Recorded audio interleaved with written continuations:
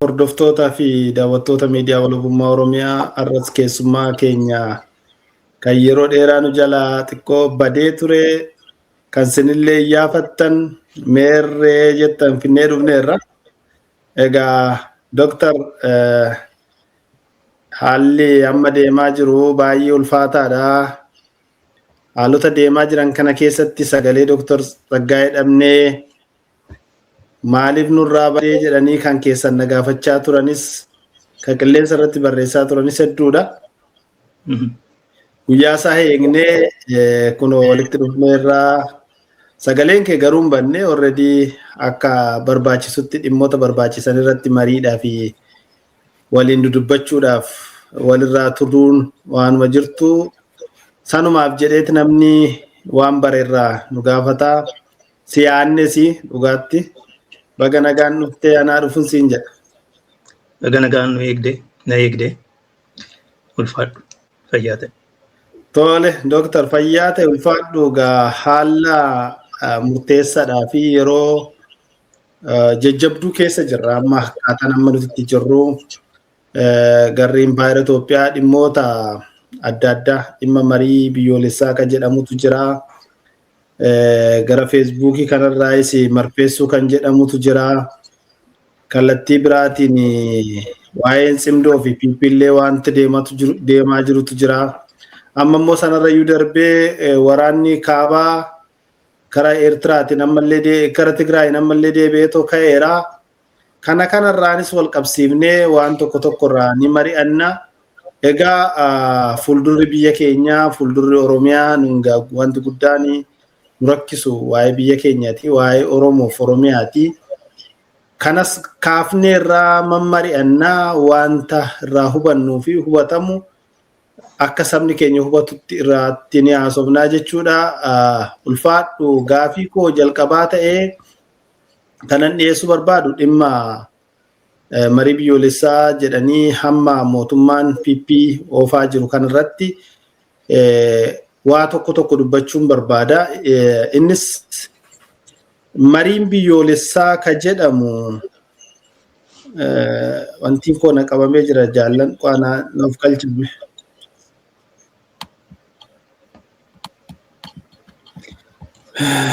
Maal akka ta'e muumme.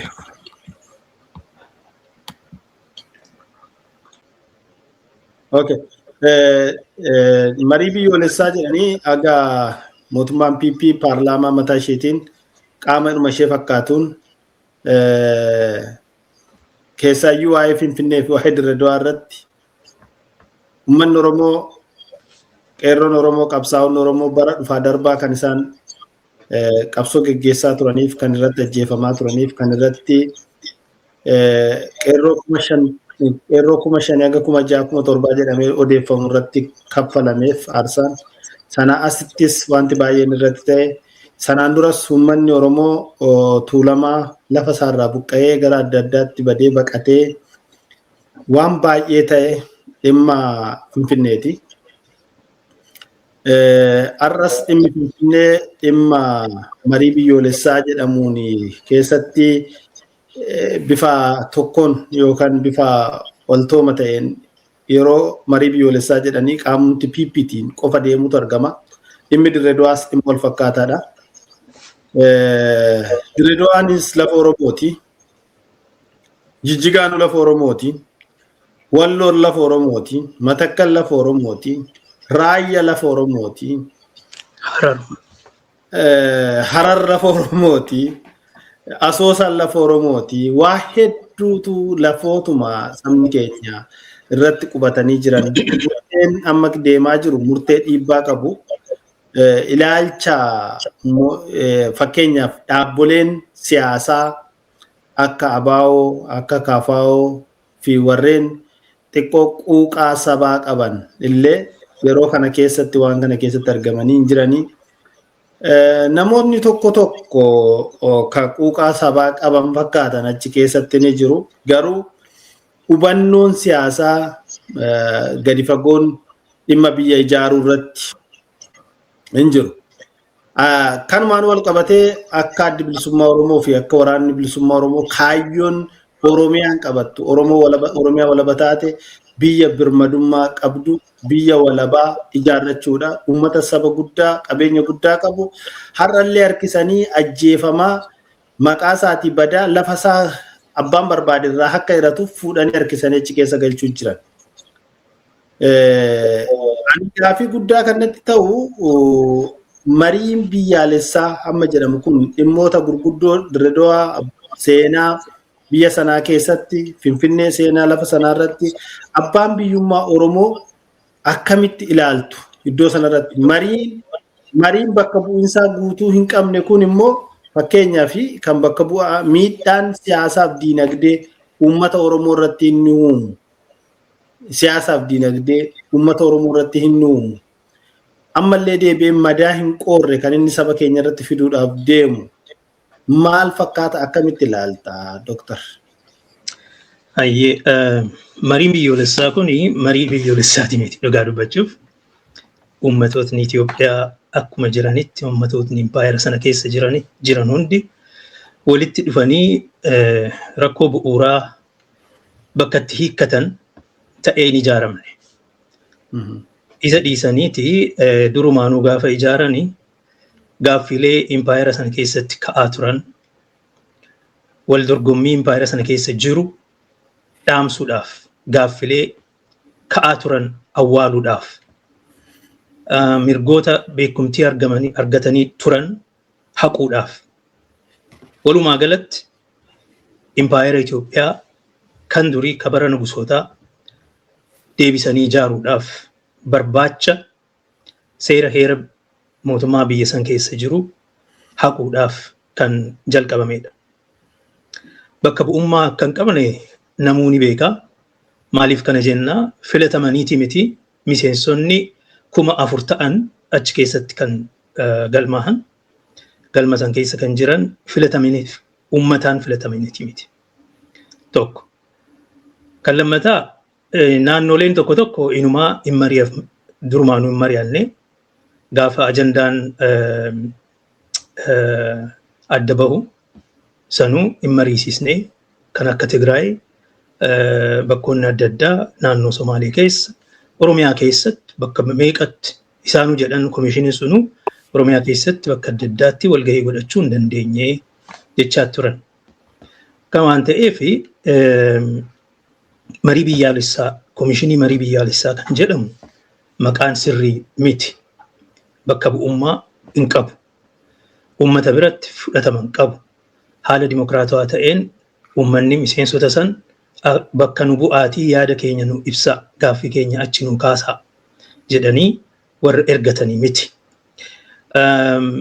Kanaan ala immoo komishiniin sunu haalli ittiin bu'uurame haalli ittiin ijaarame sirriin turre. Laal komishiniin kun seeraan akka seera heera mootummaatitti komishiniin akkanaa komishiniin seera heera mootummaa jijjiiruu kan ijaaramuu hin qabu. Seerri heera mootummaa haala ittiin jijjiiramu seera qaba. Heera keessa jira. Isa moggatti dhiisaniiti komishinii seera heera mootummaa jijjiiruu seeraan ala jechuudha. Heeraan ala kan ta'e uummatan. Maaliif uummatan gaafa jettu durumaanuu seera heera mootummaa biyya sanaa kan impaayeratti lubbuun jiraachisuudhaaf jecha sabdaneessummaa biyya sanaa kan beekumtii itti kenne kana ofirraa haquu barbaacha irra jira waan turaniif kanumaaf jecha ijaarratan gaafuma inni bu'uureeffamu gaafuma komishiniin kun ijaaramu mormii kaasne nuti kuni seeraan alaa seera heera mootummaa jijjiiruun waan danda'amudha yoo barbaadan akka uummatoonni gaaffii bara baraaf gaafachaa turan hiikaa itti argatanitti akka biyyattiin tasgabbooftu akka biyyattiin impaayerummaarraa gara Riippaabilika Dimokiraatawaa ta'e tiraansfoorm godhamtutti rakkoo bu'uuraa akka hiiknutti yoo jijjiiruu feetan haalli ittiin jijjiiramu keewwata 104 fi 105 kan jedhutu jira seera heera mootummaa keessatti haala saniin piroosiijira sanaan itti deemtu malee kuni waan biraati seeraan ala deemaa jirtu jennee gaafuma jalqabaa gaafa isaan waan kana kaasan komishinoota adda addaa uuman sirrii miti jennee dubbachaa turre.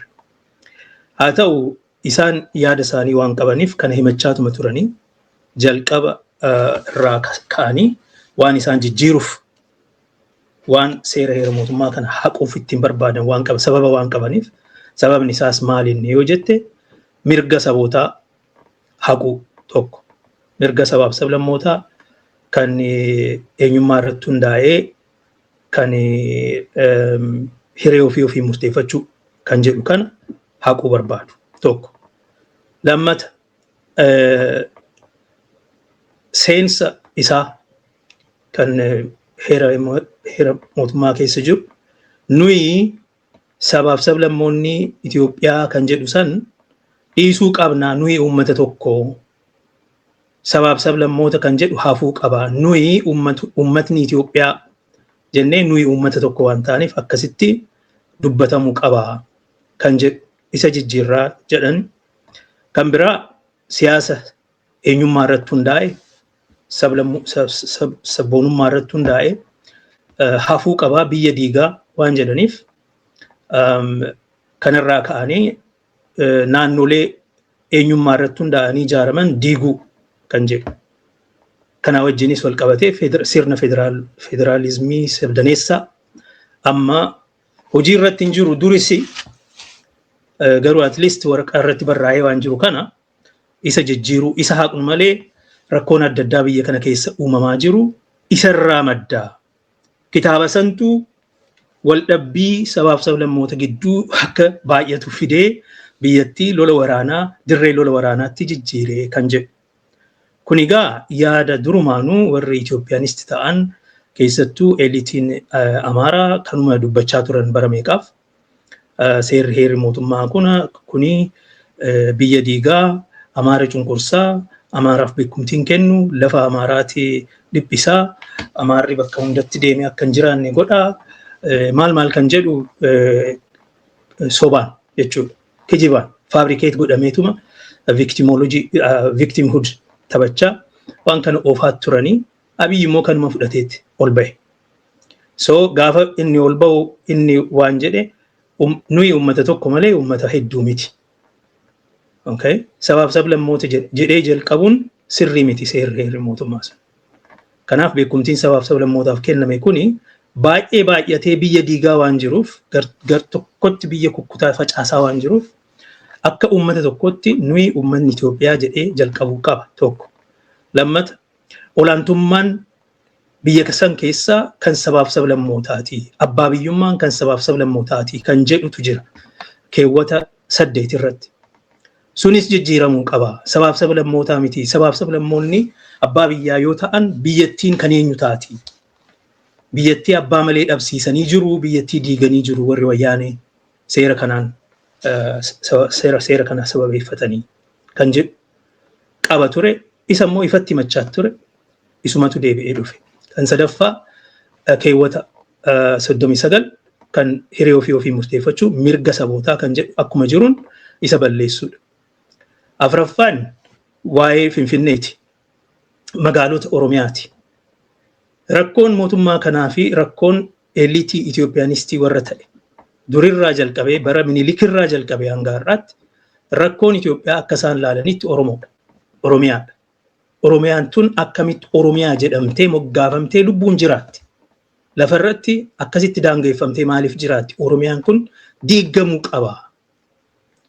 Because qabsoon qeerroo bilisummaa Oromoo qabsoon waggaa 4 sun kan agarsiise Oromoon bukka hundarraa akka Oromootti of laalee biyya isaa mirga abbaa biyyummaa gaafachaa Finfinneen kan Oromooti malee kan nurraa fudhatamtee warra kaan tajaajiltu ta'uun qabdu kan jedhu akka ta'e arganii waan turaniif akkasitti yoo adeeman ta'e Oromiyaan kun biyya diiganiiti biyya ofii ijaarrachuuf deemaa waan jiraniif Finfinnee jalaa hambifachuu qabna kan jedhu yaadatu deemaa ture ammas deemaa jira.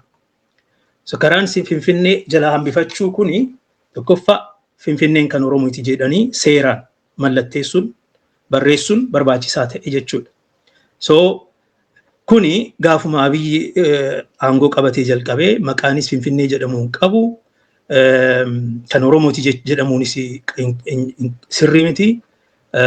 Oromiyaa keessaa Finfinnee keessaa Oromoon baduu qaba bahuu qaba kan jedhu oofamaa ture. Kan immoo warri inni isaan hidhachiise warri isaan inni bobbaase Oromoo ajjeesaa Oromoo shororkeessaa bakka hundatti hidhatanii deemaa turanii akkasumatti itti fufaa ture.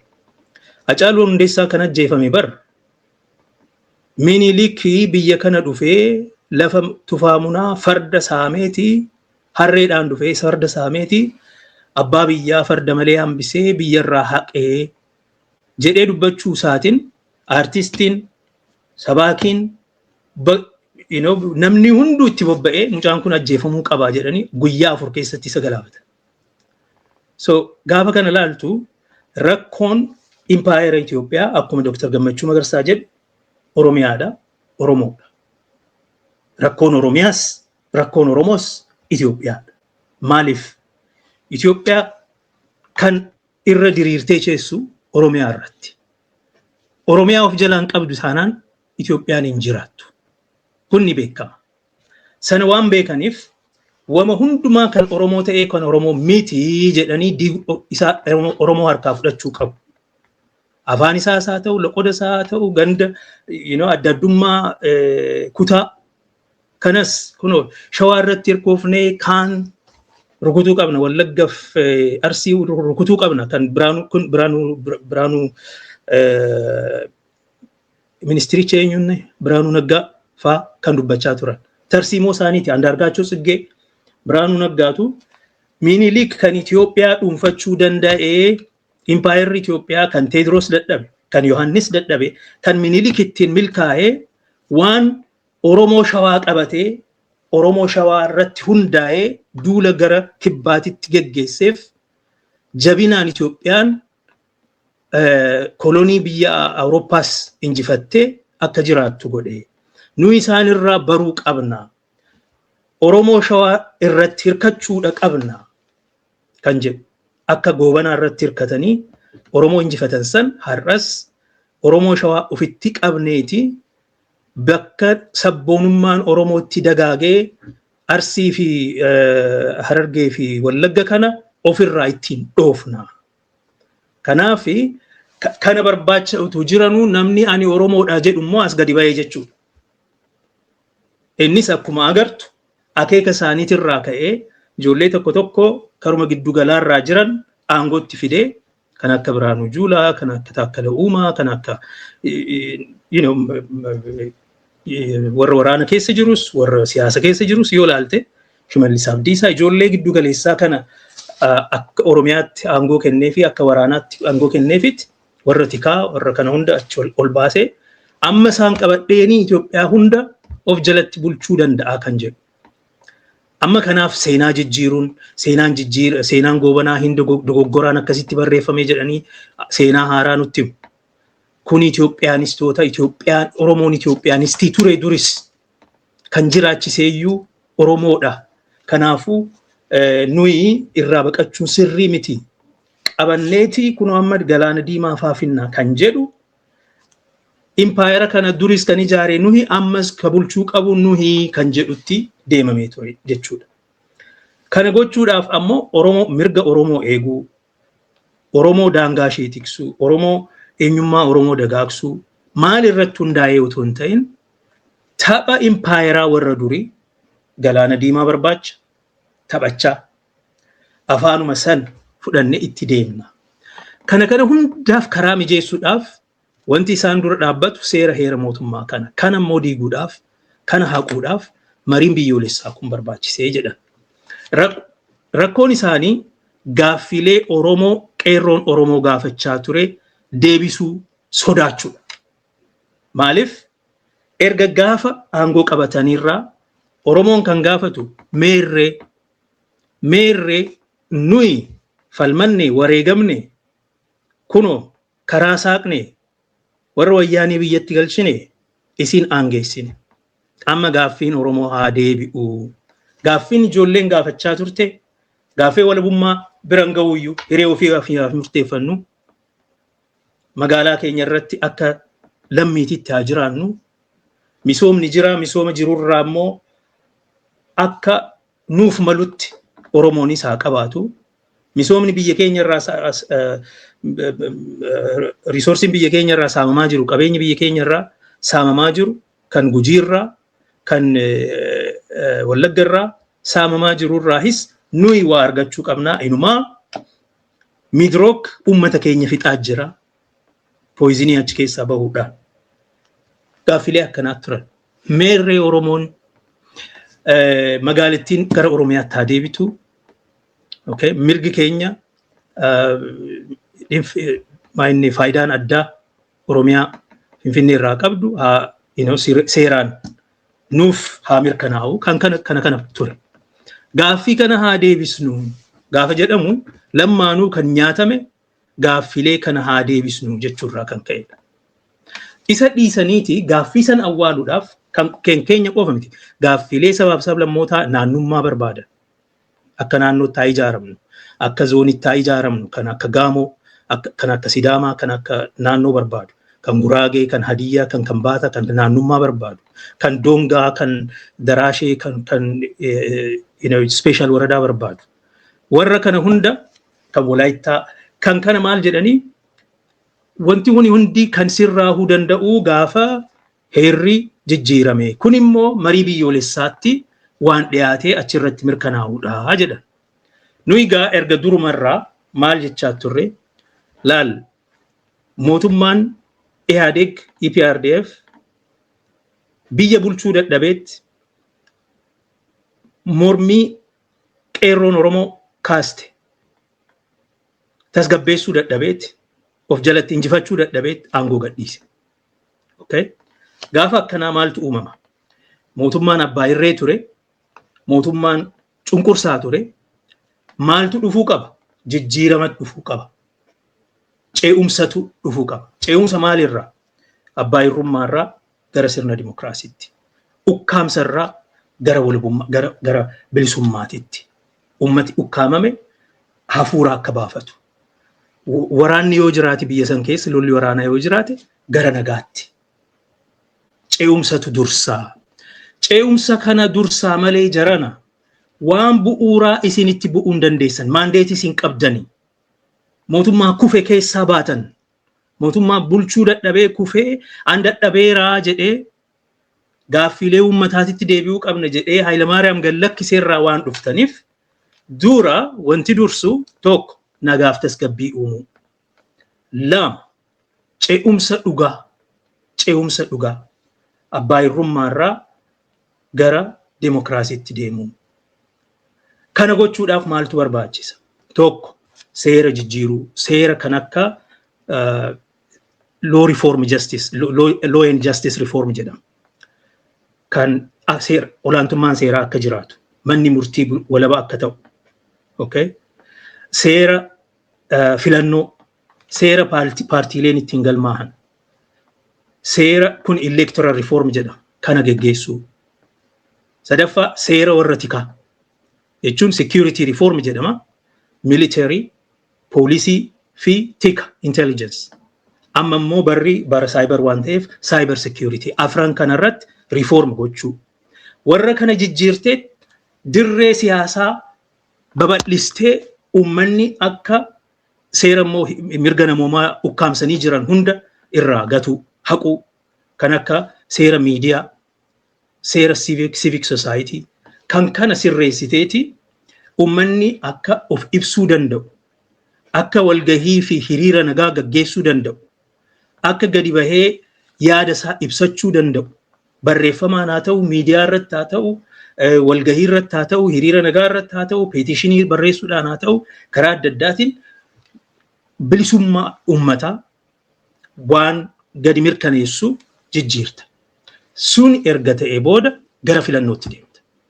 Amma electoral reform godhamee jira, election boarding reform ta'ee jira, seerri filannoo biyyasii jijjiiramee jira, seerri jaarmiyaa siyaasaa jijjiiramee jira, seerri sirni mana murtii jijjiiramee jira, abbaa alangaa justice reform jedhama, haqa akka jirutti jechuudha. Because gaafa wal dorgommiin siyaasaa walitti si buuse eessatti hiikkata dubbisan mana murtiitti deemta. Manni murtii sun walaba ta'uu qaba. So bara wayyaanee irraa amma akka haaraatti ijaaramuu qaba. Mani hidhaa maaliin kuni hundi bakki toorcharaa kuni hundi jijjiiramuu qaba. In fact diigamuu qaba jechaa dubbachaatiin ture. Mallattoodhaafis barri akka jijjiirame akka agarru mee maakalaawii diigaatii agarsiisaa jennaan akkuma jalqabaniin kunoo diigne jedhan torban tokkoon booda deebisanii achumatti nama hidhuu jalqaban. So diigne jedhanii agarsiisanii TVdhaan jechuudha. So deebisaniituma achitti jalqabanii garuu immoo isa caalaa mana dhuunfaa keessatti nama torchar gochuutti itti bobba'an. Okay? Namni tokko akka dhuunfaatti mana hidhaa ofii qaba bar biyya san keessatti amma. Kanatu jalqabame. So reformiin godhameeti filannoon uumamee mootummaan ce'umsaa dhugaa filannoodhaan aangoo erga qabatee booda amma gara gaaffii uummataa, gara gaaffii bu'uuraa, gara biyyattiin akka waliigaltee irratti uumamtee haaromfamtee ijaaramtu. Akka nu yaadnutti immoo impaayirummaarraa gara riippabliika dimokiraatawaa ta'ee biyya saboonni biyya san keessatti humnaan bulaa turan hiree isaanii ofiin murteeffatanii haala dimokiraatawaa ta'een yoo fedhan waliin yoo fedhan adda deemanii biyya ijaarratan lafa kaahudha. Kanatti kan dhufnu garuu ceeneeti dura lola waraanaarraa gara nageenyatti, impaayirummaarraa gara dimokiraasiitti, ukkaamsarraa gara bilisummaatti, uummanni ukkaamamee bilisa bahee jechuudha. Okay? Akkasitti deemnee filannoon geggeeffamee erga gaafa filannootii jalqabee maandeetii waan qabuuf mootummaan sun amma seera heera kana akka jijjiiruu dandeenyutti ummatootni deebi'anii marii biyyoolessaa godhuu qabu. Akka amma jirru kanatti tokko nan deema jedhaa tokko so rakkoo isaanii hunda akka dhageenyutti akka ummanni abbaa ta'ee waan kana irratti murteessutti mee marii biyyoolessaa haa waamnu. Konsensasiin yoo hin jiraanne okay, waliigalteen bu'uuraa yoo hin jiraanne bu'uurri biyya sanii sirrii waan hin taaneef yeroo adda addaatti gaaffiin hin ka'aa, wal dhabbiin hin ka'aa hin dhufaa, walirratti bobba'uun hin dhufaa, waraanni hin dhufaa, waraanni walirraan cinnee biyya san keessa kan jeeqaa jiraatu kanaafi jettee itti deemta sila. Santu itti deemama jennaan lakki anumatu ce'umsaa jedhe Abiy. Anaatu ce'umsi anumaa jedhe. Warri keenyas kunoo bilisoomneerraa kana caalaa maar barbaannaa jedhan. Jennaan lakki gaaffiinis hafee kompiitarris deebi'ee okay, gara diinagdeetitti bobba'uu qabna, gara hannaatitti deemuu qabna. Wanti barbaannu aangoo ture aangoo arganneerra. Akkuma wayyaaniin saamaa fi saamichaa fi buqqa'insa uummata keenya irratti labsaa turte amma nuyi immoo bal'inaan itti deebina sana waa'ee nama marfeessuu jedhamee feesbuukii hawaasaa kanarra deemaa jiru wajjin wal qabatee sanatti deebina waa'ee kompiitaraas waa'ee feesbuukiidhaan deemaa jiru kana waan gaaf sana waraan bilisummaa Oromoo bilisoomne irra jedhamaatii warra bilisoomne jedhanii baatirii harka barbaaddatanii jechaa turan hunduma isaayyuutti deebineeti irraa dubbanna sana. Garuu amma akkuma waliigalaatti mootummaan kun waa'ee fuudhaaf heerumaa kaleessa dheengadda irraa dubbachuu ture. Gondorii fi Oromoo wal fuudhee jira jedhee waan cidha haadha manaa isaatiif kan isaallee waan nutti himachaa jiru fakkaata. Tuffiin haga kana ga'u waa'ee goobanaa amma doktora ati dubbatte kanarree fakkeessee goobanaa Minilik furtuu biyya kana ijaaree ka jedhudha. Madaa qabsoo Oromoo Oromooni goobanni waan Oromoo godhe akkuma ati jalqabarraa dubbachuu yaalteetti waa hedduudha. Rakkoo hedduutu qaqqabe. Seenessa Oromoo madeessee rakkoo Oromoo irraan gahaa ture kana dugda duuba deemanii haqooquun Oromoo gammachiisuudha moo Oromoo tuffachuudha moo beekumsuma xammana moo giddugaleessa qabatanii kutaa biraa rukutuun yaaluun Biraanuu Dr. Biraanuu Naggaafaa jedhanii inni sun qoodinsaaf deemanii garuu waraanni bilisummaa Oromoo giddugaleessa Oromiyaa keessa jiru kan inni warra kan biraa caalayyuu falmatee biyya isaa walaba baafachuu barbaaduu fi rakkoo kan hubateeti. Warreen durumaayyuu immoo waa bubbutachuu barbaadan inuma jiru. Rakkoon geessisanii jechuu miti. Haa ta'u maalii fi waan akkasii kana keessa deddeemanii yoo dhaggeeffatte ta'e waan gidduu kana inni haasa'u hedduutu jira.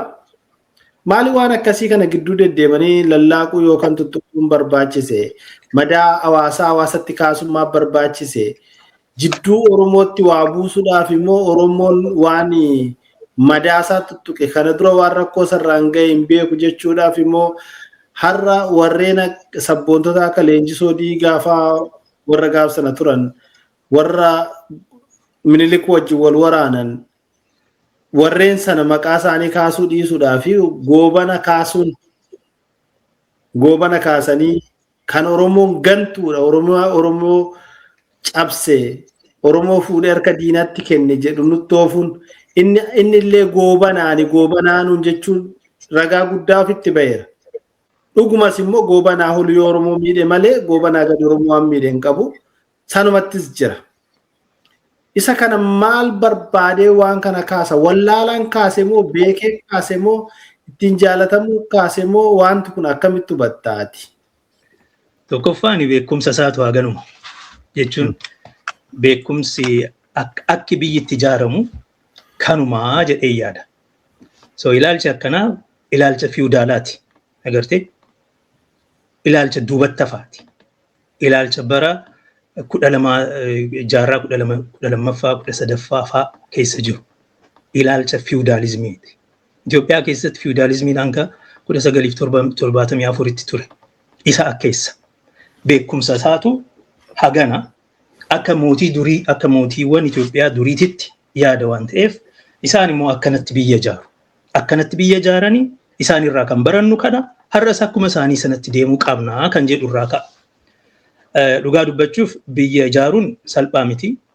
Biyya ijaaruun beekumsa guddaa barbaada. Akkuma kanaan dura siin jedhe uummattoota dhaggeeffachuu, uummattootni akka walitti dhufanii mari'atan gochuu, haqa isaanii, dhugaa isaanii, aadaa isaanii, duudhaa isaanii, seenaa isaanii hunda kabajjee warri wal kabajuu walitti dhufee nageenya keenyaaf yoo wal bira dhaabbannee waliif tumsinee biyya tokko taane wayya.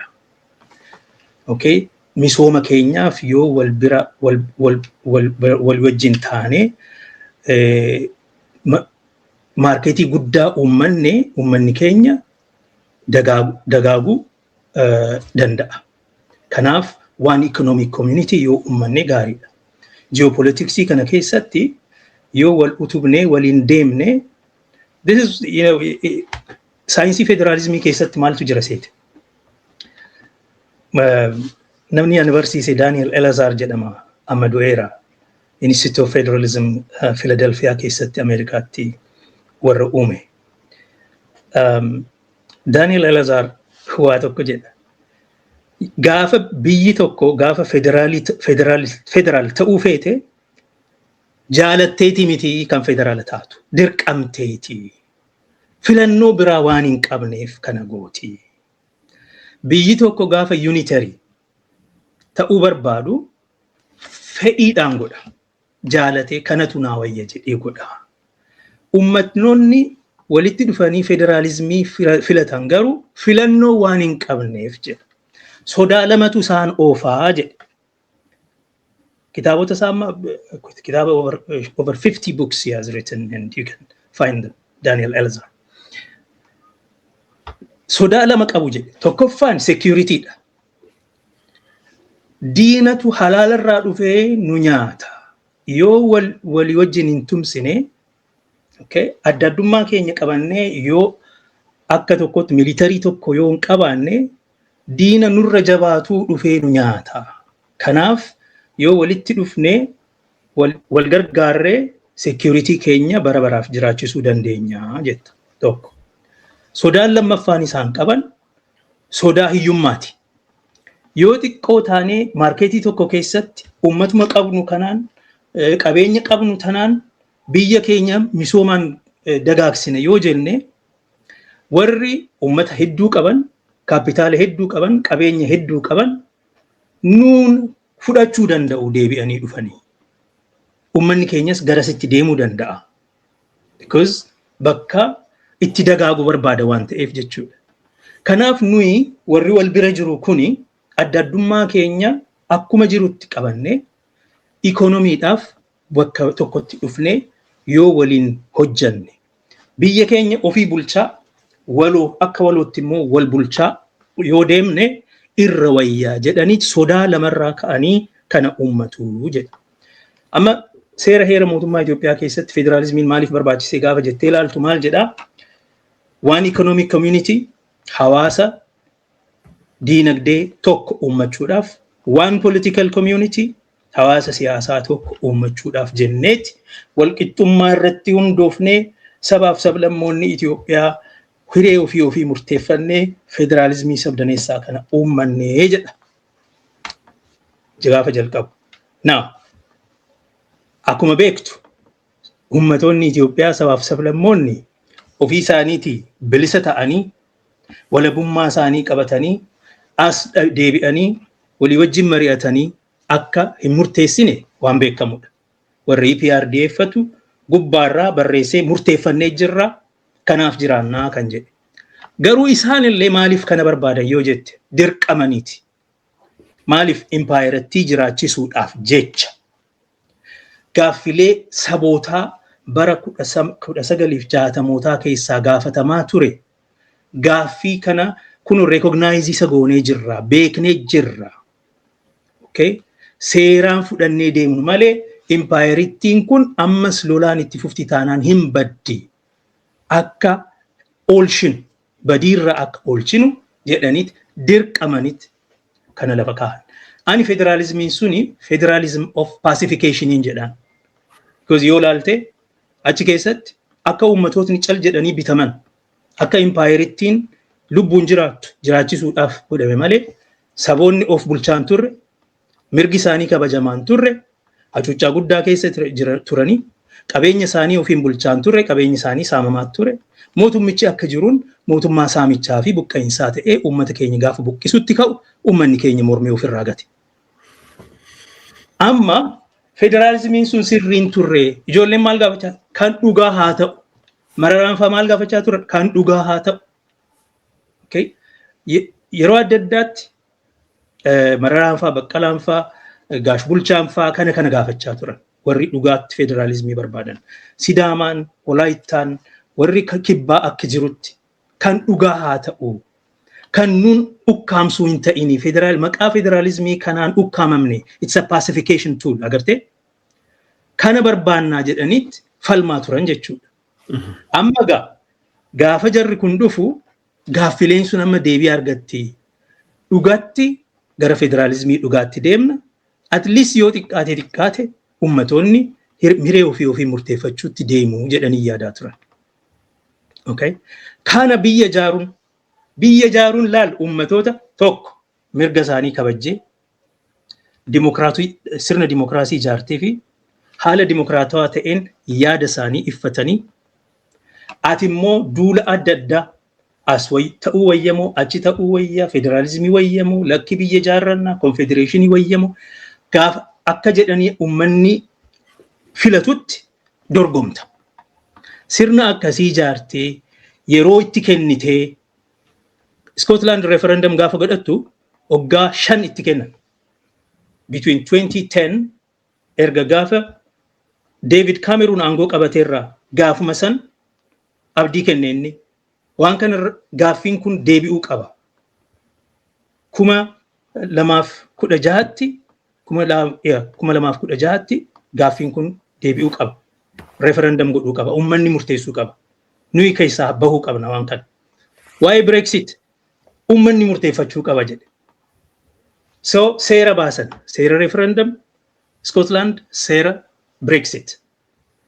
Wal mormanii duula godhanii irratti campaign godhanii dhuma irratti Scotland murteessite. Referendumiin Brexitis murtaa'e. Agartee waggaa 5 fudhate. Yeroo fudhata.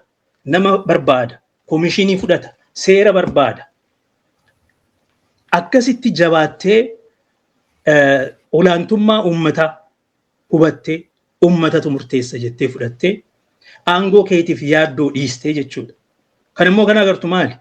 Gaafa Brexit dhugoomee British Awurooppaa keessaa baate namtichi achumatti resign godhe. Ani uummanni akka filatu yes godheen jira. Akka kiyyatti immoo kan wayyuu yoo jiraanne isaan wajjin jenneeti. Kana duulee akka hangan danda'uun irratti duulee uummata amansiisuuf yaale. Uummanni immoo dide yoo akkana ta'e uummata na dide kana bulchuun sirriin ta'u ani deemuun qabaa jedheeti irraa bahe. Yoo yaadatte. Wanni inni barbaadu silaa turuudhuuf ture. Wanni uummanni murteesse deemuudha. Yoo isin deemuu barbaadan ani amma isin tajaajiluu hin danda'u. Ani nama achuma keessa utuu turre wayya jedhudha. Jedhee deeme. Aangoosaa of harkaa. Laal filatamee waggaa 5 nama turuu danda'u ture baras. Lakki akkana taanaan ani isin bulchuu hin danda'u. Kanaaf ani nan deema jedhee irraa deeme. David Cameron, if you remember. Now, nama akkanaa ta'uu qabda agartee aangoo kee caalaa wanta uummanni jedhu dhaggeeffattee deemuudhaaf yoo mirkanoof yoo jabina qabaatte beekumsa qabaatte laal sodaan Itoophiyaa keessa jiru maal sitti fakkaata? Yaada uummataa sodaata. Olaantummaa uummataa fudhachuu hin danda'an. Uummanni maal barbaada? Akka uummanni barbaaduttiin tajaajiluuf deema otoo hin ta'in akka nani barbaaduttiin uummata san of jalatti hiriirsee of jalatti cunqursee jiraachisaa. Itoophiyaa keessatti uummata caalaa olaantummaa kan qabu biyya hambiste. Biyya diigu. Uummanni yoo yaada isaa ibsate biyya diiga. Hiree ofii murteeffate biyya diiga. Biyya eenyu diiga? Biyya ofii diiga uummanni. Maaliif uummanni yoo barbaadu jedhee hin barbaadu bakka. Agartee Itoophiyaan ammas biyya addunyaarra biyyoota addunyaarra jiran irraa eliitiin Itoophiyaa akka jirutti rakkoon isaa guddaan sodaa fedhii uummatootaan buluu. Okay, uummata tajaajiluu otoo hin ta'in uummata irra dhaabbatanii fedhii ofii uummata irratti fe'anii adeemuu barbaacha. Kuni waan jiruuf aangoon immoo akkasitti deemuu qabdi waan jedhaniif immediately securitized state taati. Maaliif? Uummata mee kana keessa fitannee baana. Kanaaf uummanni keenya maal gochuu qaba jetta doktor? Waan amma deemaa jiru kanaaf akka waliigalaatti dhimmootuma kanarratti shuma amma dubbannu kanarratti uummanni keenya maal godhuudha qaba? Uummanni Oromoo. Egaa jarri maaliif akkana jedhu yoo jette tokko beekumsa isaaniitu hagan. Lama karaa aangootti qabatantu kana jedhan. Maal jechuu sitti fakkaate? Opiidiyoon amaarummaa barte. Amaara taatu malee jechuun Goobanaa fi Minilik taatu malee biyya san bulchuu hin dandeessu. Akkuma Goobanaa fi Minilik Finfinnee miti Bararaadhaa yookiin Addis Ababaadhaa jechuu qabda. Kan Eertiraa barbaadus, kan Galaana Diimaa barbaadus, kan shiftaa akka paatriyootitti, akka gootaatitti ilaalu. Lamaan isaanii har'a cimdoo jedhanii warri Oromoo warra kana jala kaatan amaarummaa baratan. Kun of jibbinsa, of tuffachuudha. Uummata ofii tuffachuudha. Uummata tuffachuun dura garuu of tuffatan. Nuyi akka Oromootti Oromummaa keenya qabannee Itoophiyaa bulchuu hin dandeenyu. Kana waan ta'eef Oromummaa keenya achi ofirraa dhiibnee Oromoo ofirraa dhiibnee amaarummaa taphachuu qabna. Akka amaaraa akkeessuu jechuudha. Siyaasa akkeessuuti. Ani yeroo hundumaa na beektaa Jawaariin kan qeeqaa ture Jawaar aangoo barbaada taanaan gaariidha. Ilma Oromooti akka ilma Oromootitti biyya san bulchuu danda'a haala dimokiraasiin jiruun. Abiyyinis kanumaan jechaa ture. Bulchuu yoo barbaadde hambisuus tajaajiluus biyya san yoo barbaadde akka Oromootti as gadi ba'e. Akka nama biraatti baatee Oromoos taateen kabajamtu. Har'a maal jedhu Onagaawii የኦሮሞ ብሔርተኛ መንግስት jedhuun isaan kanumaaf lolatti jiru beek isaan ta'uu hin dandeessu isaan yoo taatees isaan sirraan fudhatan ati of ta'uu dhabda ummata kee dhabda ummata kee dhaanchifta of jalatti kan ta'aa tures kanuma leencoon faanis dogoggorri isaanii deemanii Itoophiyaa mararfatu gaafa aangoo bira gaan Itoophiyaa mararfata Oromoon hundi hin sodaata Itoophiyaa tana maal goona amma namoonni sirriitti beekumsa qaban Oromoodhaaf falmaa turan gahaniituma agartee Oromoon itti gaafatamummaa sabaaf sablammootaa biyya isiitiif qabaachuu qaba fudhachuu qaba. Namni mirga ofiin kabachiifne akkamitti mirga saba biraa kabachiisa? Keetuun kabajamne atuu gabrummaa jala jirta eenyuun kabachiiftame? OPDO'n jabaattee gaaf tokko itti gaafatamummaa dachaa ofirraa qabnaa jechuutti baate. Itti gaafatamummaa dachaa jechuun kan ofii keenyaas kan biroos. Garuu maaltu dursa ati ofii keetii bilisa ta'uu qabda dura. Otoo kanan godhiin akkeessuudhaan jara fakkaattee aangootti bahuu yoo barbaadde suni kijiba. Ummata dogoggorsiifteetti aangoo qabattaa jechuudha. Haqa isaanillee akka haqaatti sirraan fudhatan. Waan ta'eef siyaasa akkeessuurraa dhaabbachuu qabu kan jedhuun qaba. So Abiyyifaan kan kana godhan madaa Oromoo kan tuttuqan waa'ee of tuffatanii waan turaniif Oromoos tuffatan wajjin. Kanaaf gootota warra kaanii Amaarummaa kanan jedhuuf kanaaf goobana eenyu jaalata? Jaara. Minilik eenyu jaalata? Jaara. Mee maqaan Minilik Oromoo keessatti haa dhaabbattu mootummaan dirqiidhaan yoo irraa deeme gaafa mootummaan kun kufe siidaan Minilik tokko Oromiyaa keessatti hin jiraata taanaan ani ofan kennaa akkan ajjeefamu. Dhugaan sitti namni tokkoon fedhu waan akkanaa. Eenyutu fedha? Jaara. So Oromoon maaliif maqaa isaanii waamaa biyyattii tana sabaaf sablammoota maal jedha? Sodaa bilisummaa qaba. Sodaa walabummaa qaba. Of tuffata. Akka Oromootti ofii kiyyas mirga kiyya kabachiisee warra kaan wajjinis wal taanee akka bulchuu hin danda'u haala dimokiraatawaa ta'een olaantummaa argadhee kabajaan bulchuu akka hin danda'u laal ijoolleen warra Quebec irraa dhuftu Kaanadaa keessatti minoritiidha. Biyya san garuu bulchaa turte. Afaanuma isaanii Jean Chrétien afaanuma isaanii dubbata. Afaan French dubbata. Jean Chrétien afaan Ingilishii isaan dhaggeeffattuu iyyuu dandeesse.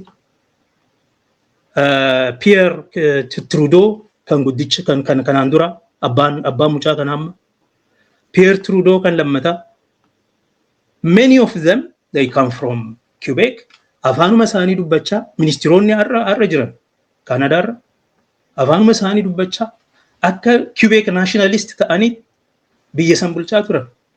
Maalim ummanni now Quebec is a minority state. Oromoon ummata bal'aadha. Lakkoofsaan irra caalaadha. Ati Oromoo taatee biyya san keessatti of taatee biyya san bulcha yoo jette gaarii. Maaliif dadhabda? Maaliif sodaatta? Maaliif Itoophiyaa keessita? Maaliif Amaara keessita? Kana rakkoon isaanii. Akkeessuurraa ka'anii akkuma jarri Oromoo tuffatan san isaanis tuffatu.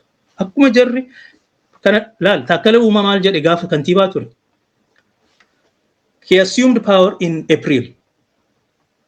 Gaafa Abiyyi aangoo qabate innis. September irratti gaafa hoggaan haaraan Itoophiyaa dhufu haasaa godhe uummata Finfinneetiif. Addis Ababaan እንደስሟ አዲስ አድርገን እንሰራ. Ani gaafas gurbaan ilmi Oromoo tokko maal ta'eeti Finfinnee jechuu dadhabe. Maqaa isheetiin waamee ammoo waanuma saniyyuu immoo afaan Oromootiin dubbachuu akkamitti dadhabe. Gaafas jijjiiramni kun eessayyuu gahuu akka hin dandeenye beekna. Gaafas hin barreesseef jennaan tokko waan tokko naa deebise maali jennaan akka tooftaatitti akka itti fayyadamaa jiran jiraameti qabsoo nutu sirra beekaa akka jechuutti wayii waan akkasii naa deebise. Isaafis hin tolle magaalittiin isa ariite kun har'as Adaanechiif hin tolle. Of kun rakkoodha jechuudha. So mariin biyyoolessaa sun karooruma biltsiginnaa karoora Abiy Ahmed mootii godhu irratti xiyyeeffatee saboota sabummaadhaan of ijaaruun akka badu, naannoleen akka badan, federaalizimiin sabdaneessa akka badu, mirgi hiree ofii murteeffachuu akka badu, sirni paarlamentarii ta'ee diigamee sirni presidential ta'ee akka dhufu akka Abiy Ahmed amma sirra deebi'ee akka haaraatti jechuudha. Hanga ammaa kan irra ture aangorra hin jiru ta'agaa amma gaafa heerri jijjiirame akka haaraatti immoo dhufa. Yeroo lama at least filatamee waggaa 10 ammas si bulchee akka deemutti isumaaf qophaa'aa jiru. Akkuma jiraniin miseensonni achi keessa jiran biltsiginnaa waan ta'aniif uummata Itoophiyaa dhiisitii paartiilee adda addaa biyya san keessa jiran qaamolee adda addaa siyaasaa biyya san keessa jiraniyyuu bakka bu'anii biltsiginnaadhuma bakka bu'anii deemaa jiru. Oromoon maalaa godhuu fi Oromoon mirgatu sirraa haqamaa jira, biyyatu sirraa saamamaa jira. Maaltu si raffisee jechee gaafachuun yeroon isaa amma uummati keenya. Uummati keenya maali maaster pilaanii ofirraa dhoowwitanii? Har'a akkuma jirutti Finfinneen isin maaster pilaanii ofirraa dhoowwitan sun federaala jalatti buluu qabdii, Oromiyaa wajjin waan tokkollee walirraa qabaachuun qabdu yookiin immoo of dandeessetii naannoo taatii gaafa jedhamu maaster pilaanii caalaa kan nu miidhu ta'eeti moo kan nu miidhu ta'uusaa otoo agarru maaliif uummanni keenya cal'uma jedhee ilaala? Dhaloonni maaster pilaanii ofirraa falme kun akkamitti seenaan isaa otoo akka badu godha taa'eetuma ilaalaa kan jedhu. So uummanni ka'uu qabaan jedhaan akkuma dur cabsee bahee jechuudha. Mootummaa abbaa irree mootummaa waa hundaan jabina qaba jedhu san cabsee akka bahee sanitti har'as qeerroon qarreen Oromiyaa seenaa dhaloota kanaa tubadaa waan jiruuf seenaa dhaloota qubee tubadaa waan jiruuf itti gaafatamummaan seeraa nurra waan jiruuf jechuudha. Maaster pilaanii ofirraa morminee akkamitti tootalii gaafa fudhatamtu akka naannoo taatutti yookiin immoo Finfinnee wajjin wal qunnamtii kan hin qabne walumaa galatti kan federaalaa taatutti jechaa jiru amma. Namni tokko I think murni tokko already akka Oromiyaa jalatti bultu jedhee yaada kaasee jira. Inni yaada kana ajjeesisuudhaaf tooftaadhaaf gaaffiin sunis ka'e. Oromoo biratti akka Oromummaa isaanii agarsiisuudhaaf jechuudha. Malee kuni Finfinnee fudhachuu Oromiyaa diiguu irratti waan xiyyeeffate waan ta'eef Oromoon maaster pilaanii falmee Oromiyaan gaafa diigamtu taa'ee ilaaluun qabu. Okay? Oromiyaan at least seeraan jechuudha. Finfinneen gaafa saamamtu taa'ee ilaaluun qabu. Daangaan Oromiyaa gaafa sarbamu taa'ee ilaaluun qabu. Itti gabbarre wareegamatu itti kaffalame. Wareegama saniin kabajne yoo ta'e I think Oromoon hundi amma balaaleffachuu qaba. Marii biyyoolessaa kan ani hiriira nagaa waamuu qabnaan jedha. Biyya adda addaa keessattis biyya keessattis. Oromoon hundi waan akka salphaatti ilaaluu waan hin qabneef ka'ee falmachuu qabaa, mormuu qabaa, komishinii biyyoolessaa kana balaaleffachuu qabaa, miseensota Oromoo ta'an achi keessa jiran hunda hiraarsuu barbaachisaadha. Maaliif cal jettu? Maali kun?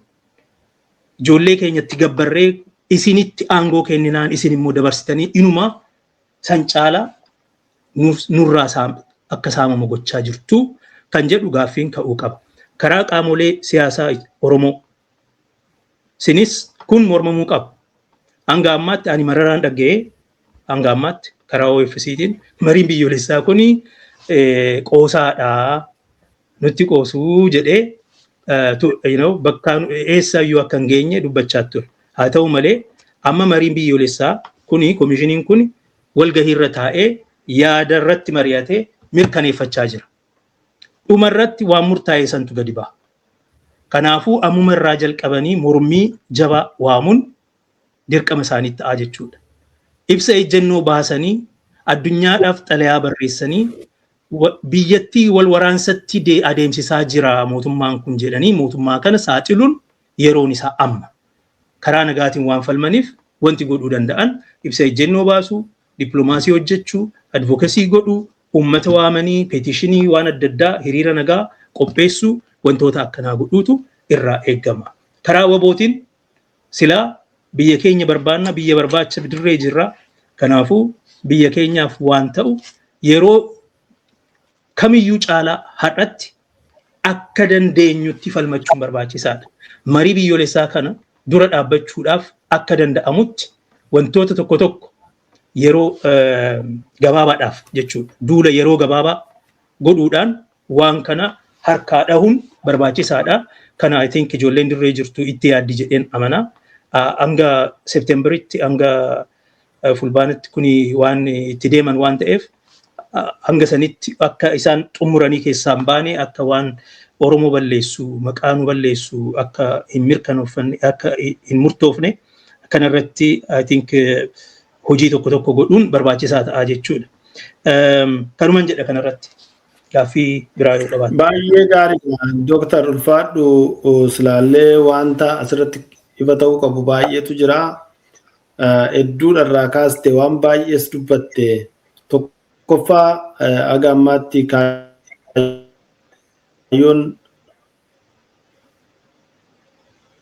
qabsoo bilisummaa Oromoo waraanni bilisummaa Oromoo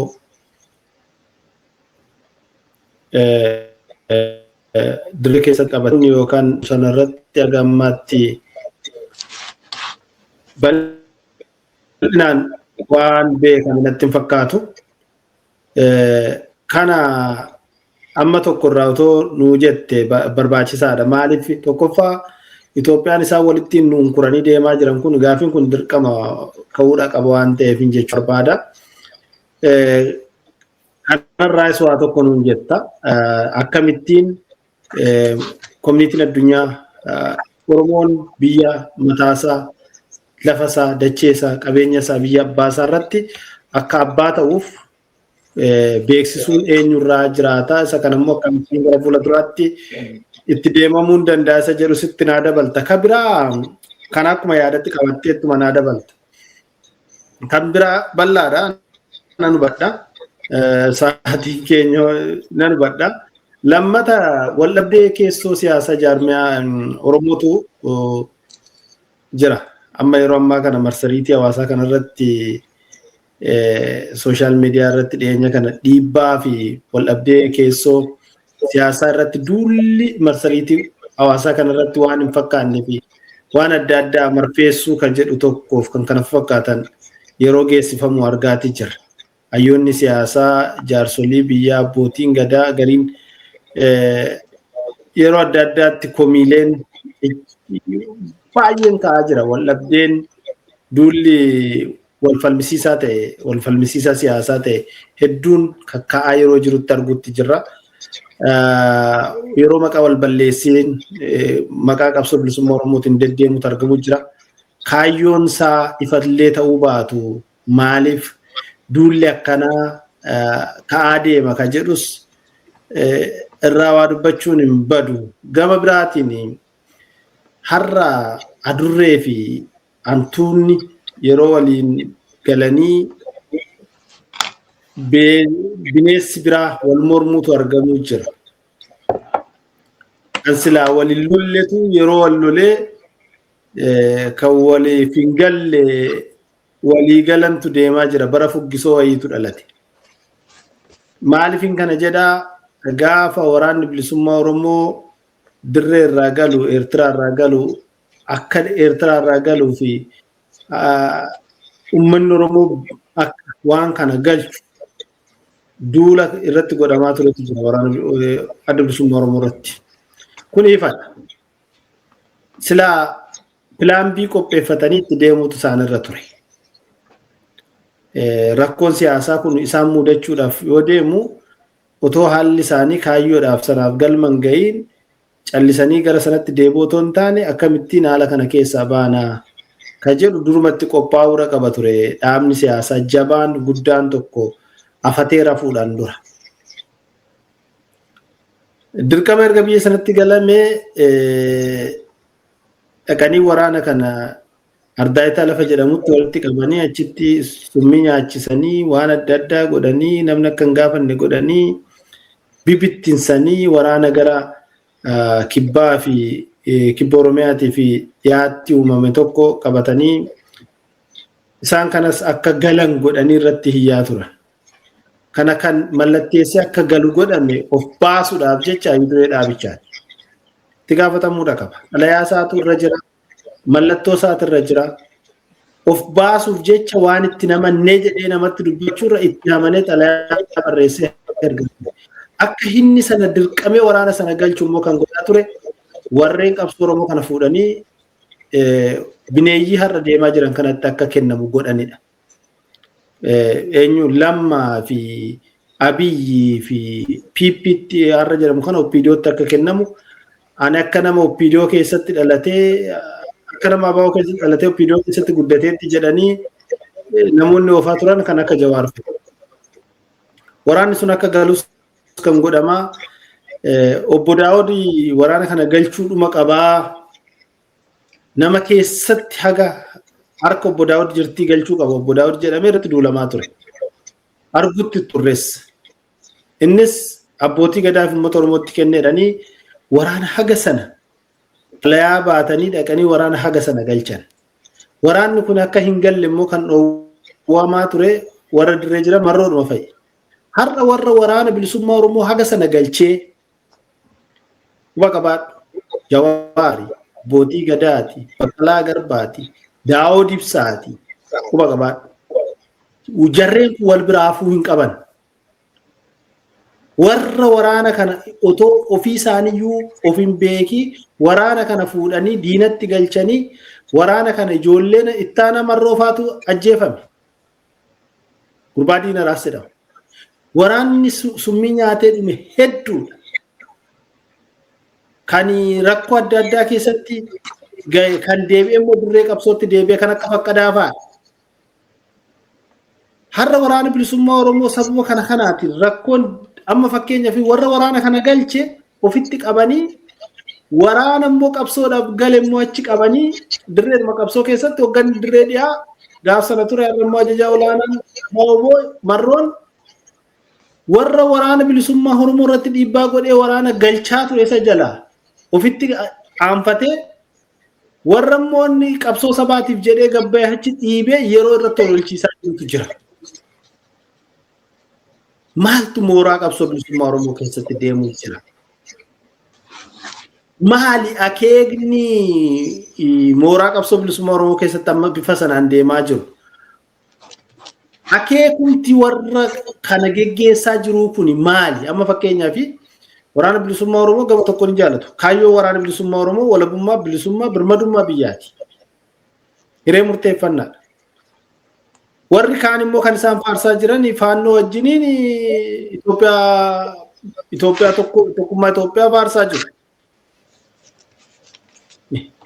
Waan waliin fakkaanne hadurree fi hantuuta kanan siniin jedhate kana.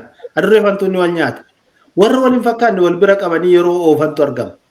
Maanni kaayyoonsaa? Gama biraatiin waraanota iddoo zoonilee adda addaa keessa jiran yeroo akka marfeessuu jedhamee too waraana qabsoodhaaf jecha agabuu bosona meeqatti ba'ee bulaa jiru.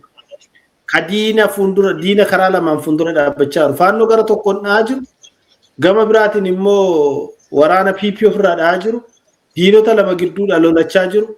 Kan gama biraatiin immoo firumti keessaa immoo summiitti xaxaa jiru. Gaafa waraana zoonii giddugaleessaa keessatti rakkoon akkas akkasii fa'aa itti deddeemaa jirutu jira. Maaltu deemaa jira? Kaayyoo dhumti isaan oofaa jiran maali? Wanti qulqulluun ta'e tokko jira. Fakkeenyaaf yeroo amma ani argutti jiru namoota adda addaa yeroo tarii ta'uu danda'a. Namoonni kun rakkoo qabaachuu danda'u. Nama ofi beekta malee nama hin beektu. Garuu waraana bilisummaa Oromoo qabsoo sabaatiif jecha agabuu bulaa jiru. Muka jalatti bahee jiraachaa jiru. Jiruu ofii jiraachaa waraana kana yeroo barbaadametti akka barbaadamutti monopuleet godhanii ooffachuudhaaf gaafa isaaniif gamtu gaafa ta'uu fididu rakkoo akkas akkasii kana yeroo geessisan marfeessuu faa kan jedhamu kun maal marfeessu maal gochuudhaaf warri waraana kana irratti dhiibbaa uumanii waraana kana galchan dhiifaman gaafanne hin gaabbinuu jedhanii fa kitaaba barreessuuf turan. Hin gaabbu Baqqalaa Garbaa Gammaatti dhiifaman gaafanne waraana kana galchuu abbootiin gadaa dhiifaman gaafanne Daawud waraana kana irratti xalayaa barreessuudhaaf dhiifaman gaafanne. Inni galee warra immoo kana godhe iyyuu immoo ofitti qabanii wajjin warra hojjechaa jiran waraana kana hoogganna warra jedhantu hirrayyuu hamaadha. Mee kana irratti waan deemaa jiru akkuma waliigalaatti sooshaal miidiyaa keessatti dhiibbaa geessisaa jiran kana akkamitti hubattaa? Lammaffaa inni dura dhimmootuma qabsoo bilisummaa Oromoo keessatti walabummaa Oromiyaatii fi akeeka kaayyoon kun waan hubatame natti hin fakkaatu. Agammaatti akkamitti akka hubatamu mee walumatti qabiitii gabaabsiti nuuf kaayiga bal'aadha akka malee bal'aadha nan hubadha amma siif danda'ametti walitti cuunfi doktor. Nan gabaabsa Maarkoon walabummaan mirga sabootaati. Saboonni koloneeffaman hundi mirga walabummaa qabu. Bilisa bahuu jechuudha. Kana waan qabaniif kana immoo uumamarraa waan qabaniif akka seeraatitti immoo seerri addunyaa akkuma jiruun waan hayyamuuf beekumti itti kennee waan jiruuf mirga uumamaa waan ta'eef kana kabachiifachuudhaaf tattaaffiin saboota biyyoota adda addaa keessatti godhamaa turan. Oromoonis akka saba tokkotti walabummaa isaatiif falmuudhaaf karaa hundaan yaalee dadhabee dhumarratti karaa waraanaatiin waraana bilisummaa Oromoo adda bilisummaa Oromoo jalatti hundeeffatee qabsootti jira. Bara 1973 irraa jalqabee jechuudha. Saniin duras ta'u karaa adda addaatiin karaa ijaarameenis karaa hin ijaaramneenis qabsoon walabummaadhaaf geggeeffamu karaa adda addaatiin geggeeffamaa ture. Jaarraanfaa bara 1969 irraa jalqabanii lola waraanaatti turanii Waaqoo Guutuunfaa saniin dura waggaa 7 haala walirraa hin cinneen walabummaa saba isaaniitiif karaa adda addaatiin falmaa turan. Haa ta'u malee jaarmiyaa siyaasaa ijaaramee jalatti waraanni bilisummaa Oromoo ijaaramee walabummaa Oromiyaatiif bilisummaa Oromootiif birmadummaa mootummaa Oromiyaatiif jecha waraana erga jalqabee waggaa 50 darbee jira. Haa ta'u malee walabummaan sun hin dhufne. Bakka har'a jirru kanatti mooraan qabsoo Oromoo afaan faajjii adda addaa keessa seenee waan jiruuf hooggantoonni siyaasa Oromoo hoogganan yeroo adda addaatti kaayyoo walabummaa kanarraa maqanii yaada adda addaa kaasaa akka jiran ni beekna. Tokkoffaan bara amma jirru kanatti bara globalizationii waan ta'eef super paaweroonni baras bakka lamatti qoodamanii bara 70moota keessatti bakka lamatti qoodamanii karaa Raashiyaatiin, karaa Soviet Unionitiin, karaa USAtiin kan wal dorgomaa turan waan hin jirreef addunyaan guutuun gara liberaalizmiitti waan deemeef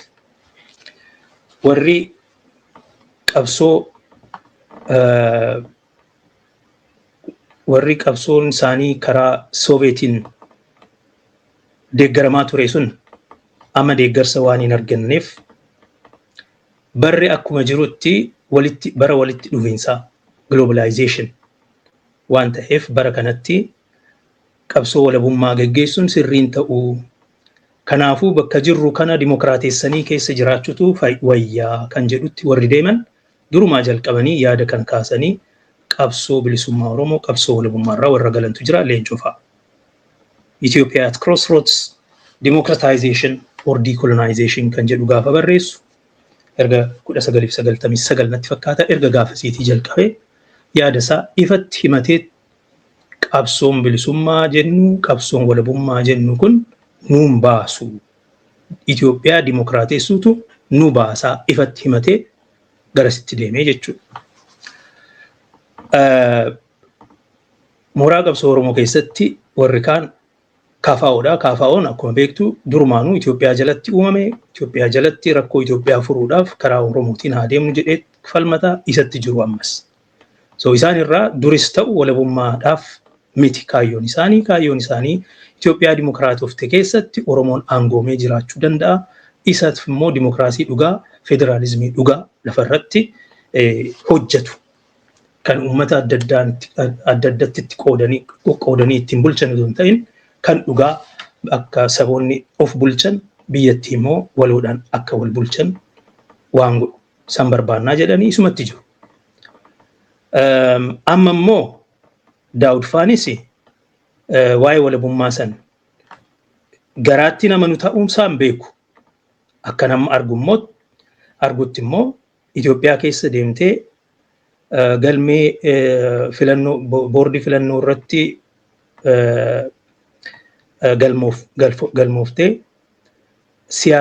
sagantaa siyaasaa kee jijjiirtee yoo hin taane achi keessatti hirmaachuu hin dandeessu. Itoophiyaa tana nan fudhadhaa. Daangaa ishee keessatti sirna dimokiraatawaa ta'een mirga kiyyaa fi mirga saba kiyyaafif nan falmaa. Gaafa jettu impaayerummaa ishii irraanfattee kuni riippabliika kana keessatti dimokiraasiidhaan dorgomee fedhii uummata kiyyaa bakkaaniin gahaa jettee deemudha jechuudha. Kunis hanga ta'e at least kaayyoo isaanii irratti ifatti walabummaa Oromiyaatiif qabsoofna kan jedhu himachaan jiran. Amma filannoo darbee kana irratti addi bilisummaa Oromoo Gullallee gaafa wal dorgommii irratti dhufanii yaada filannoo isaanii ibsatan nuyi mirga hiree ofii murteeffachuudhaaf qabsoofna. Biyyattii akka koloniitti ilaalla, akka impaayeraatti ilaalla kan jedhu Lammii Gammachuun fa'aa ibsaa turan. Kun yoo agartu akkuma durii san ammas karaa hiree ofii murteeffachuutiin gara walabummaatti adeemuun fedhii keenyaa waan jedhu fakkaata. Ani hin beeku. Kanuma barreeffatanii boordii filannootti kennatammoo yoo akkana ta'e akkamitti isaan irraa fudhatan? Because boordiin filannoo Itoophiyaa keessatti mootummaa Itoophiyaa jalatti sirna dimokiraatawaa ta'een sirna mirgi namummaa itti kabajameen wal dorgommee yoon injifadhe Itoophiyaa bulchaa jetteet kan itti hirmaattu. So akkasitti hirmaattee akkamitti waa'ee walabummaa haasa'uun jalqabame kan jedhu waan sirriitti qulqulluu ta'ee hin baane. Now, wanti sun sammuu Oromoo bakka adda addaatti qooda beeki. Because yookaan walabummaan jenne yookaan immoo lakki Itoophiyaadhuma keessatti Itoophiyaa fudhadhee jiraadhaa achuma keessatti dimokiraasiidhaaf hin falmaa hin jenne. So Oromoon addi bilisummaa Oromoo biyya Oromoo ijaaruuf falmata jechaa ture sun as jiru isaanuu maal godhure kan jedhu jira miti akka yaaddi qoqqoodamu godha. Isa caalaa immoo waboo birattis yaadni akka qoqqoodamu godha. Qulqullina yaadaa balleessa. Oromoon maaliif falma? Gaaffiin Oromoo inni bu'uuraa maalinni? Galmi qabsoo Oromoo maalinni kan jedhu akka qulqullina yaadaa irratti hin qabaanne nama godha. Yeroo adda addaatti gaafan dubbadhu dhageessetta. Waboo birattis qaamolee siyaasaa Oromoo birattis wanti guddaan barbaachisu har'a tokkoffaa qulqullina yaadaati. Galmi keenya maali? Akkamitti yoomitti kan jedhu. Lammata jabina hogganaati. Hoggansa mul'ata qabu, hoggansa uummata tokkoomsu, miseensa isaa tokkoomsu. Okay, roadmap gadi fidee Oromoon as jira, asirraa karaa kanaan, tooftaa kanaan, tarsiimoo akkanaa hordofee achi gaha jedhee ibsee uummata of jalatti hiriirsuu danda'u tu dhabame. Kana lamaantu dhabame. Kanaaf jarri kun qaamoleen Oromoo adda addaa haala yaada isaanii gaafa ibsatan qulqullina yaadaa waan hin qabneef uummata birattis burjaajiin uumamaa jira. Qabsaa'ota birattis burjaajiin tokko tokko uumamaa jira. Har'as ta'u arrablamummaatu jira. Nuyi hiree ofii murteeffachuuf falmanna. Hiree ofii murteeffachuun karaadha. Karaa ittiin galma geessu. Garuu galmi kee maali? Walabummaadha moo Itoophiyaadha? Galmi kee eessa? Oromiyaadha moo Itoophiyaadha? Itoophiyaatti galta taanaan hiree ofiin gaafa murteeffatu uummanni deemtee uummata duratti falmatta jechuudha. Lakkii otoo Itoophiyaa wajjin jiraanne wayya jettee falmachuuf deemta jechuudha. Garuu ammaaf bilisummaa sabaatiif falmattaa jechuudha. Abbaa irrummaa jalaa akka ba'u, mirgisaa akka kabajamu, dimokiraasiin akka kabajamuuf falmattaa jechuudha. Gaafa achi geessee immoo hingaa amma walumaan haa bulluu jechuuf deemta jechuudha. Galmi walabummaa warri walabummaa dubbatu immoo biyya ofii kiyyaa biyyatu na jalaa saamame fedhii kiyyaan malee biyya biraa jalatti bulu akkam bulu ta'e biyya kiyyan barbaadaa jira biyya kiyyan deeffadha. Biyya deeffadheen ergasii warra ollaa wajjin biyyoota addunyaa wajjin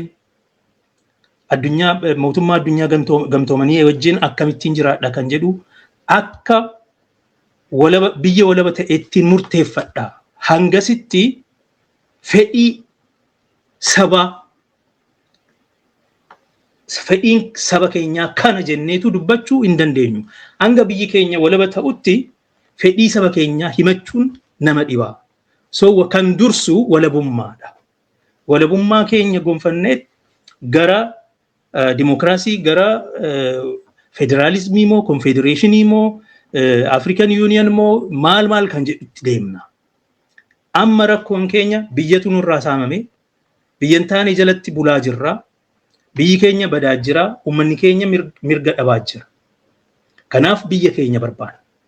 Biyya keenya qabanneet erga biyya keenya deeffannee booda hiree ofii akka ofii murteeffatu taasifna, dimokiraasii uumna, eenyu wajjin haala akkamitti jiraanna kan jedhu irratti bobbaana kan jedhu. So galmi maali gaafa jettu hiree ofii murteeffachuu kan jedhu kuni opportunistic ambiguity siif uuma agartee warra bilisummaadhaaf falmus fakkaata garuu uummatatu murteessa jettee dirqama ofirraa achi dhiibaa jirtaa jechuudha. Sihii miti kan walabummaadhaaf falmu uummata ati garuu kan falmituuf amma hiree ofii murteeffachuudhaaf. Galmi kee akka kana jechuudha. Okay. Gaafa hiree ofii murteeffate maali yaadda ati uummanni karamitti akka murteessu barbaaddaa jettee gaafachuu qabda warra kana. Yoo kun hin qulqulloofne maaliif akka qabsaa'aa jiru hin beeku. Kanaaf qulqullinni yaadaa kan barbaachisu kanaaf. Ani akka ilma Oromoo tokkotti akka biyya san yeroo meeqaaf qorachaa ture tokkotti akka biyya saniif Itoophiyaan kun biyya taati, biyya sabdaneessaa taati. Biyya seenaa ishee wajjin araaramte taati. Jechuun seenaan ishii badaadha. Seenaan ishii uummatoota kan fidu, duguggaa sanyii kan irratti geggeessu, mirga kan sarbu, uummata kan buqqisu, uummata kan balleessu, eenyummaa aadaa, duudhaa, seenaa sabootaa kan balleessu akka ta'etti uumame. Seenaa san wajjin araaramuudhaaf uummatoota kana saboota impaayera sana keessa jiran ofitti siqsee mirga isaatti deebisee fedhinnaa isaaniitiin biyya san keessatti akka jiraatan wal utubanii warra kaan wajjin gochuu yoo dandeesse of baraarti jechuudha biyyattiin tun. Redeem of gooti jedhee intellectual projectiin kiyya redemptive constitutionalism kan jedhu ture. Kanaaf jecha federalizimii kanarratti abdii keenya keenyee hiree ofii murteeffachuu kan jedhu seera heera mootummaa keessa kan jiru kanarratti ankar godhannee akka ummatootni aangoo isaanii deeffatan collective agency isaanii deeffatan falmuun dirqama dhaloota kanaati. Keessattuu dirqama dhaloota qubeeti jedheen hangan danda'uun gaafan seera barsiisu Itoophiyaa keessatti kana gochaa ture. Gaafa laaltuu impaayerichi karaan bu'uurri isaa kan Oromoo irratti ijaarame ta'uu isaan ala har'as jiraachuudhaaf Oromoo balleessu malee kan jedhudha. Har'as sabaaf sablammoota kana liqimsu balleessu malee nan sodaadha nan diigamaa jedhanii sodaatu.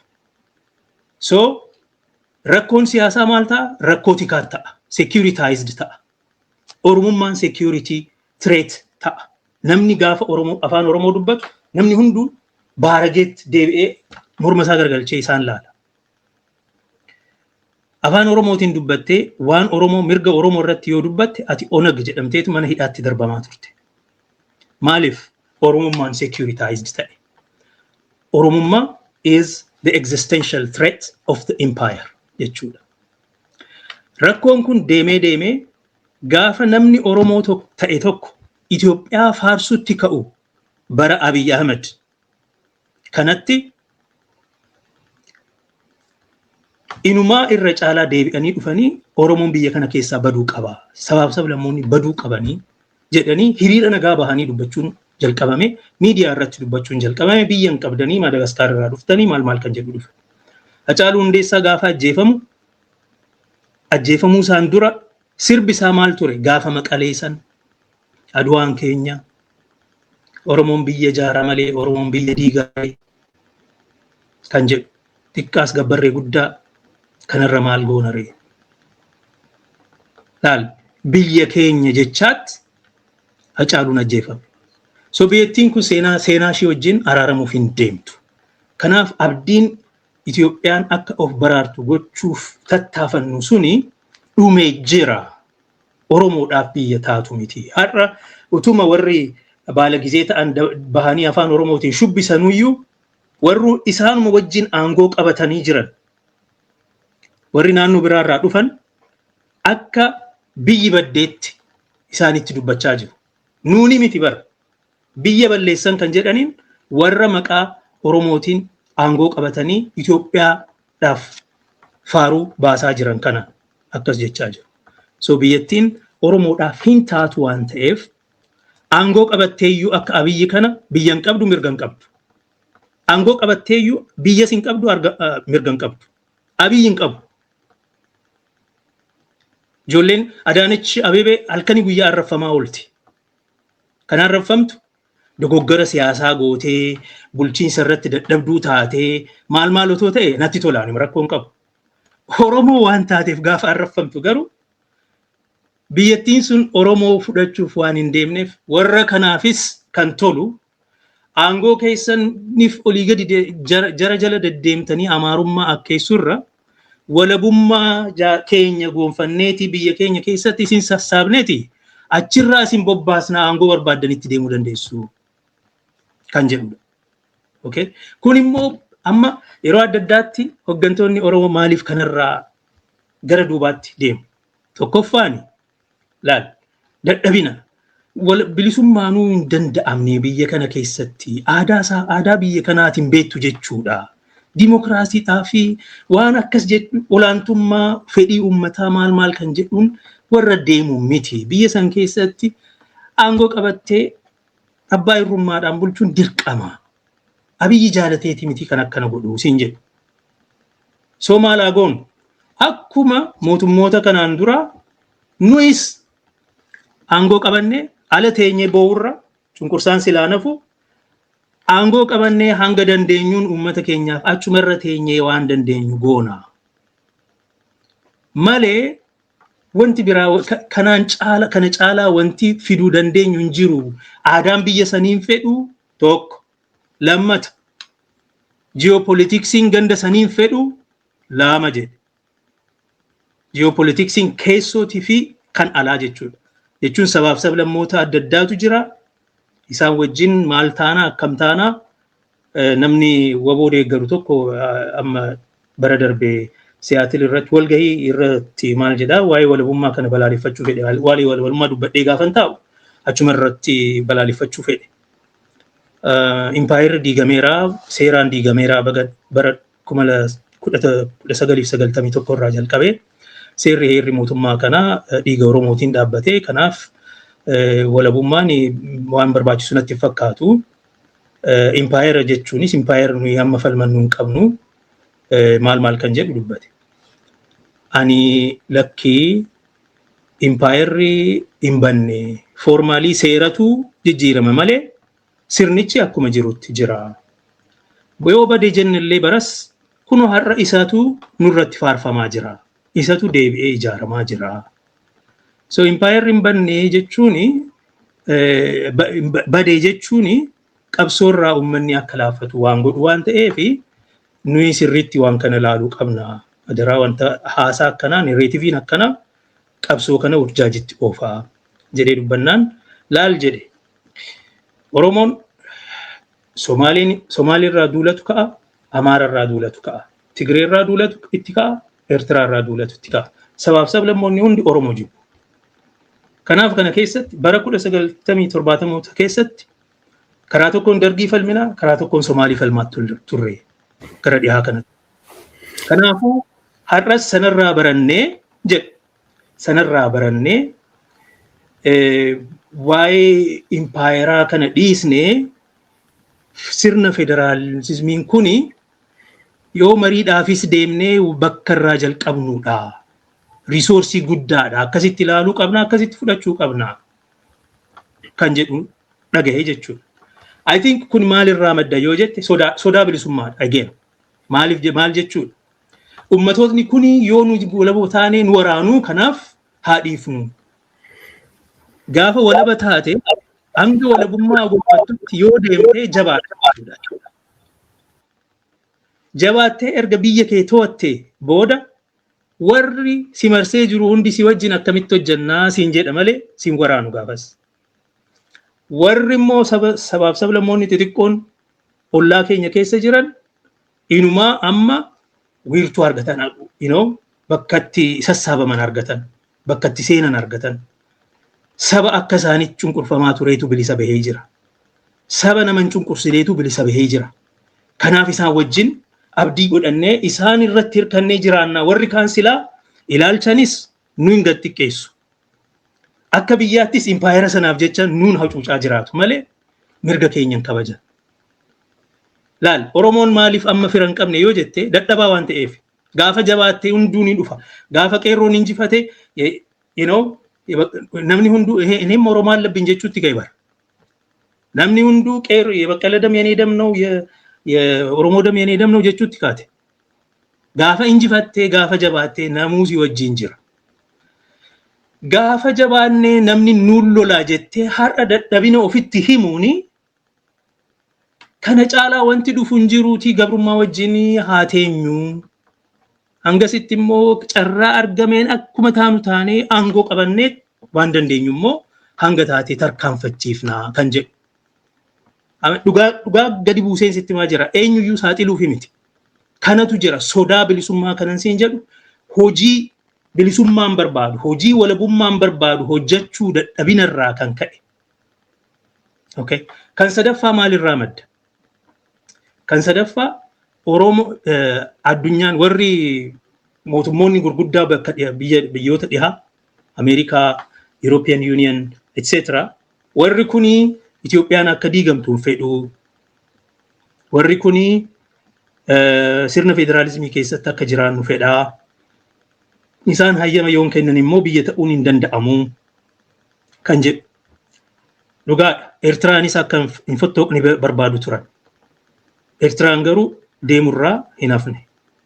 Akka seera Afrikaatitti bara 1964 irraa jalqabee waliigaltee Kaayiroo jedhamu tokko irratti daangaaleen warra koloneeffataatiin ijaaramte hanga ammaatti jirtu akkuma jirtutti turuu qabdii jedhan. Gaafa Eertiraan injifattee biyya ishii labsattee garuu waliigalteen sun hojiitti hin deemne.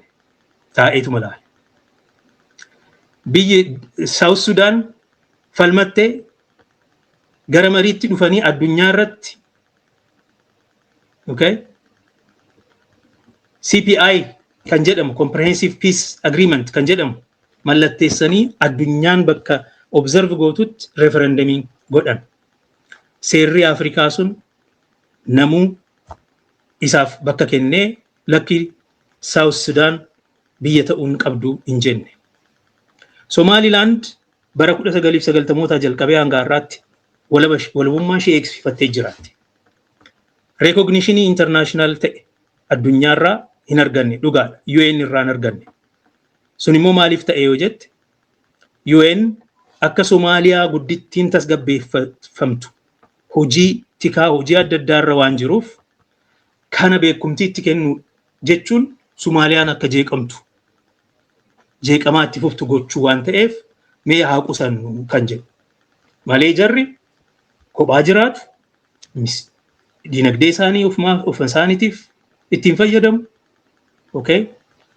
Dimokiraasii filannoo siyaasa isaanii ofumaaf of biyyi isaanii in fact Afrikaa keessaa sirna dimokiraasii dhugaa kan dhugoomfatan keessaa tokko. Now recognize waan hin taaneef biyya aree kuni maal biyya jedhamuu danda'a? Eeyyeen biyya recognize hin taaneedha. Recognitionin kan godhu beekumtiin kan godhu biyyummaa kee walabummaa kee dubbata. Waan ati already gonfattee of harkaa qabdu san afaanin confirm godhaa jechuudha. Declaratory theory of international recognition jedhama. Okay? Malee biyya siif hin uumu.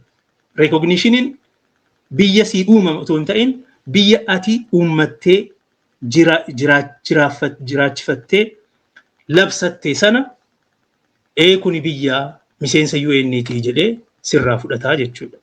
So dura biyya taata beekumtiidhaaf immoo irratti hojjetta. Dippiloomaasii jabaa qabaachuun kanaaf hariiroo jabaa qabaachuun kanaaf ta'a.